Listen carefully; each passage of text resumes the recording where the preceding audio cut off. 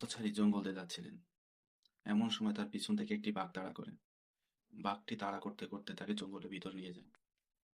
জঙ্গলের ভিতর যাওয়ার পর সে একটি কুয়া দেখতে পায়, পানি শূন্য কুয়া। সেখানে সে নির্দ্বিধায় লাফ দেয়। প্রতিমধ্যে সে কুয়ার মাঝপথে রশি ধরে ঝুলে থাকে। উপরে বাঘটি গর্জন করছে। সে নিচে তাকিয়ে দেখে একটি সাপ তাকে খাওয়ার জন্য অপেক্ষা করছে।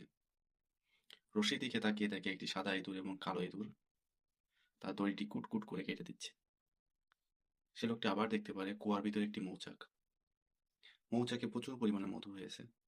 সে কোনো দিকে চিন্তা ভাবনা না করে মৌচাকে হাত দেয় এবং মধু খায়। মধুটি খুব সুমিষ্ট ছিল।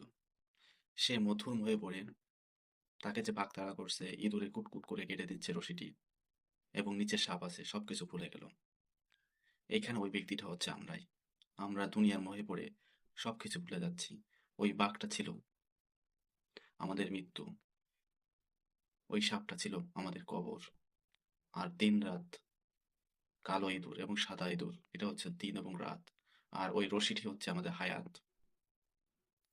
আমরা দুনিয়ার মোহে পড়ে কত কিছুই না করতেছি। হে আল্লাহ, আমাদের সকলকে হেফাজত করুন।